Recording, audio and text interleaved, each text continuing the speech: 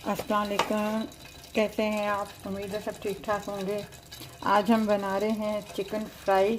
इसको ढाका चिकन भी बोलते हैं और फ्राई चिकन भी बोलते हैं। इसके लिए हमने ये चिकन लिया है और इसके इस तरीके से लंबे लंबे से पीसेस हमने बारीक बारीक काट लिए हैं।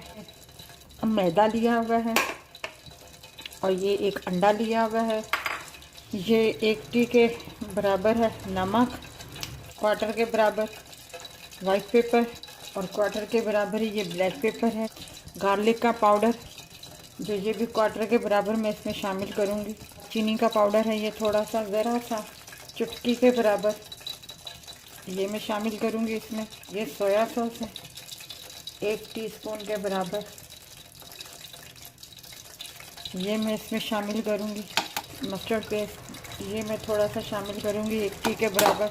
ऑनियन पाउडर ये भी क्वार्टर के बराबर मैं इसमें डालूँगी। अब मैं इसे मिक्स करूँगी। ये मिक्स हो गया है।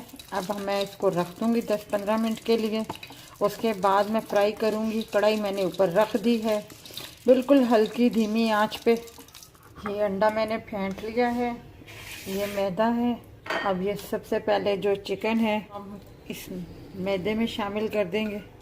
से एक एक पीस को हम अलग अलग इस तरीके से खोल के जो है हम इसमें वो कर लेंगे। ये सबको अच्छी तरह मैदा जो है लग गया है। चिकन को एक एक को उठा के इसमें डिप करके कढ़ाई में डालते जाएंगे। सॉरी, इस तरीके से हमने इसमें डाल दिए हैं सारे। देखें कितने अच्छे खूबसूरत से कलर आ रहे हैं। ये देखें चिकन के क्रिस्पी क्रिस्पी से। ये देखें हमारे चिकन फ्राइड जो है ये तैयार है। इसे ढाका चिकन भी बोलते हैं और चिकन फ्राई भी बोलते हैं। मैंने जितना चिकन लिया था उस हिसाब से इसमें मसाले मैंने शामिल किए थे।